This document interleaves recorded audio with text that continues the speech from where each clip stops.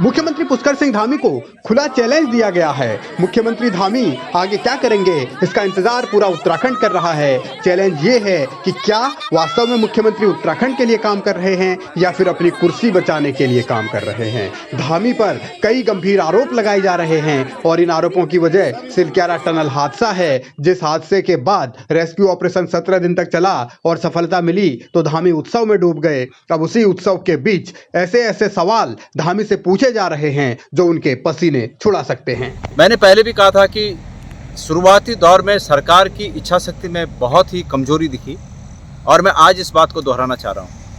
ऐसे मौक़ों पर सरकार की इच्छा शक्ति को परखा जाता है, लेकिन ये सरकार यहाँ पर भी फेल हुई। ये अच्छी बात है कि श्रमिकों की सुखद वापसी की परिणति इस रूप में हुई कि वो आज हमारे बीच हैं, लेकिन फिर भी सरकार के प्रयासों पर प्रश्न चिन्ह लगता है। और मैं आप सब लोगों का ध्यान इस ओर आकर्षित करना चाहता हूं कि इससे पहले एक दुर्घटना घटी थी। पता चला कि वो कंपनी भी हमारे केंद्र के सत्ता के कृपाधारी लोगों की कंपनी, और ये कंपनी भी उन्हीं लोगों की कंपनी है जो केंद्र की सत्ता में बैठे हुए लोग हैं, उनके कृपाधारी लोग हैं, उन्हीं की कंपनियां हैं। अब प्रश्न ये उठता है कि क्या राज्य की सरकार में इतनी कुव्वत है, हमारे मुख्यमंत्री जी में इतना रीढ़ उनकी मजबूत है कि वो इन कंपनियों के खिलाफ जो यथोचित कार्रवाई बनती है उस कार्रवाई को कर सकें? मुझे नहीं लगता, बिल्कुल नहीं लगता मुझे।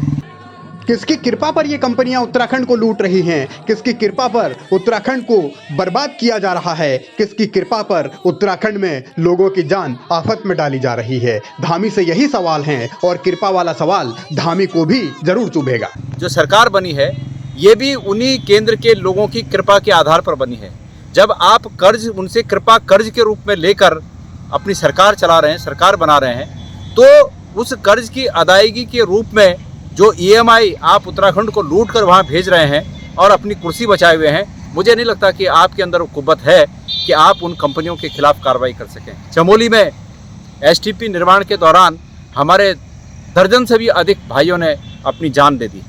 आज तक कोई कार्रवाई आपने उस कंपनी के खिलाफ नहीं की। माननीय मुख्यमंत्री जी, मैं विशुद्ध रूप से आपको इंगित करके कह रहा हूँ, आज ये इस कंपनी ने तमाम सुरक्षा मानकों को ताक पर रखकर जो कार्य किया और उसका परिणाम इतना भयानक हुआ कि 40 लोगों की जिंदगियां 17 दिन तक फंसी रही। मुझे नहीं लगता कि आपके अंदर वो कुव्वत है कि आप ये कुछ कर सकें। ये मैं चुनौती भी दे रहा हूँ आपको कि अगर आपके अंदर उत्तराखंडियत जैसी मजबूत रीढ़ अगर आपके अंदर है तो आप इन कंपनियों के खिलाफ कार्रवाई करें और ऐसी नज़ीर पेश करें कि भविष्य में इस प्रकार की कोई कंपनी उत्तराखंड में आकर लोगों की जिंदगियों से खिलवाड़ न कर सकें।